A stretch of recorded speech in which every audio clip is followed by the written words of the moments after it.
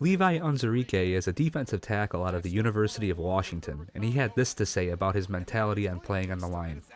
You were asked what's your favorite part about playing on the defensive line, and you said, I really just like exploding out of my stance and effing people up. Yeah, Do you want to expand on that quote just a little bit? I mean, I think it tells you all. I like people up. I like to get off the line and just put my helmet or my hands on the offensive lineman and up an offensive scheme pretty much. I like pushing them back 2, 3 yards and just making them feel like Trouble, and down he goes. Onwuzurike was in there again. Originally from the Friday Night Lights of Texas, he's used to having a big audience. According to Dan Rayleigh, who covers University of Washington football, since his high school days he's been used to playing in front of 18,000-seat high school stadiums, has won championships, and at one point helped win 57 consecutive games. According to Rayleigh, you can't rattle this guy or make him nervous. He's seen it all and is used to being in the limelight. And I love Molden watching him play over that slot. Halani tripped up. Lost a yard. Now it's 3rd down and 11 as Onwuzurike made the stop. 3rd and 3. Onwuzurike is a disruptive player. He isn't the heaviest D lineman at 290 pounds, but he's incredibly athletic and fast for his position, and doesn't seem to have a problem throwing around guys that are 20 pounds heavier.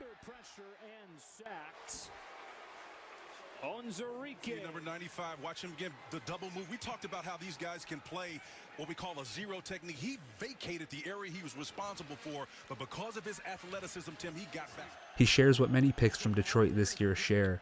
He's versatile. He's a quality run defender, but hustles downfield and is a big contributor to the interior pass rush as well. If the QB wants to run, he can try, but Levi has quick feet and isn't as easy to escape from as other defensive tackles. He runs a 4.88 40 and had 29 reps on the bench press. Borghi's first carry goes for a short gain. And this matchup here, Brady, of strength against strength. I can talk all day about his motor, disruption in the backfield, how he takes great angles or plays stronger than his weight would imply. But the thing that sticks out to me the most about Levi is how fast he gets off at the snap. He's extremely fast to fire and explosive with his first step, but can also anchor when he needs to and hold down his position on the line. Along with his strength with the bull rush, he also has the moves to go with it. He could punch, spin, and rip explosively, and putting those together with being deceivingly fast in open field pursuits makes for an intimidating lineman. Those kinds of things, I kind of believe him more than anybody else. He really seems totally unconcerned about his contract. The work to improve his hand efficiency and rush moves can come with the NFL coaching he'll be getting this year, but the foundation is already laid out for him to be successful, giving him a good chance to be an instant starter for the Lions. Pressure coming. Herbert just throws it at the feet of his intended receiver. Levi Onwuzurike had the pressure, sophomore out of Allen, Texas. Yeah, Onwuzurike had the pressure. Pick up a couple by Kelly. And we're done with McMillan gets blown up. That's Levi Onwuzurike with a stop. My NFL comparison is another guy who is very athletic and has a great first step. Former Saint Sheldon Rankins, who was just recently picked up by the New York Jets in free agency. He was drafted in 2016 by New Orleans at the 12th overall pick. Defensive lineman, you see the move that he's able to put on Wisniewski there in the middle. As you can see here, the RAS scores are similar, with the differences being that Levi is around 2 inches taller, 10 pounds lighter, and makes use of that lesser weight with a quicker 40 time. On film, Rankins looks quick for a tackle, so my hopes are high for Levi here in the NFL. Here's what Josh Norris of RotoWorld.com said about Rankins in his scouting report. A true interior disruptor. Rankins was asked to play next to the center, guard, and outside of the tackle this year. He's at his best getting upfield off the snap with explosion and agility, then uses a variety of moves to win one-on-one. He's quite strong for a compact defensive tackle. Disruptors like Rankins can be difficult to find in any class. This kind of sounds a lot like somebody we know. It's Sheldon Rankins. Talking about he wanted sacks. He's right there in your screen. He's in a sense been plagued by injury since first coming into the league, but he was a big part of the Saints' defensive success when healthy, showing why he was worthy of that first-round pick.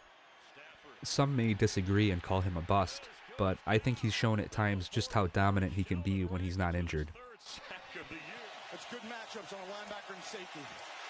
Pressure right up the middle. Rankin's best year came with the 2018 Saints squad when he ended the year with 8 sacks, 40 combined tackles, and 12 tackles for loss. But it's important to remember this. These players are disruptors, and not always do they get those productive numbers. Others around them will finish a play that they set up. Edge rusher numbers should be on the rise with him on the line, something the Lions desperately need. It's not flashy, it's not dramatic, but this is what wins football games. This is why the Lions took 2 defensive linemen in the draft along with a generational offensive tackle in the first. Building from the inside out is important.